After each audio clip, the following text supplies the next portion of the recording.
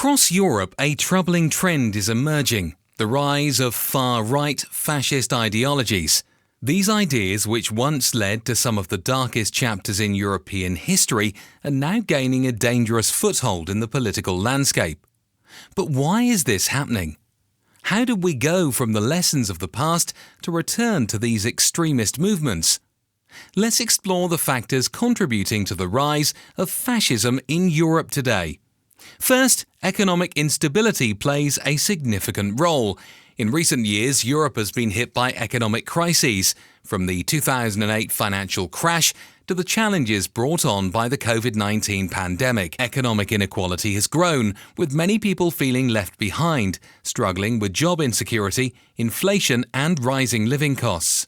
In this environment, fascist groups offer simple yet dangerous solutions. They scapegoat minorities, immigrants, and political elites, promising a return to national prosperity by blaming outsiders for society's problems. Another factor fueling this rise is the resurgence of nationalism. Many Europeans feel their cultures and identities are under threat from globalization, immigration, and EU policies. Fascist movements capitalize on these fears, offering a vision of national unity, one that often excludes those they deem as outsiders. They promote the idea that to protect the nation, they must close borders, reject multiculturalism, and embrace a hyper-nationalist, exclusionary identity. Another key factor is political polarization. Europe, like many parts of the world, is deeply divided. Traditional political parties are struggling to address the growing concerns of everyday citizens. As the political centre weakens, far-right groups are stepping in to fill the void, offering populist, often authoritarian rhetoric.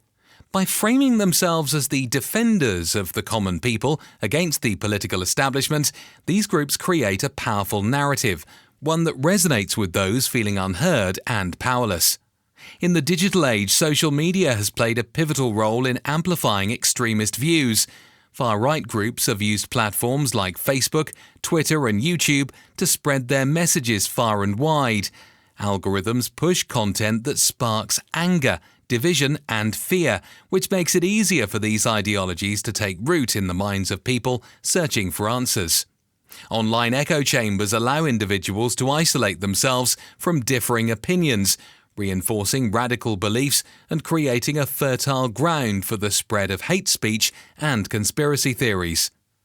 Perhaps most worrying is the erosion of democratic norms.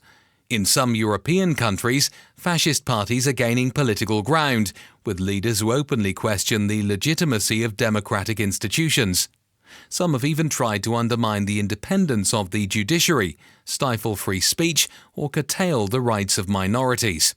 When fascists gain power, their goal is not to just control politics, but to dismantle the democratic framework itself, replacing it with autocracy and authoritarian rule.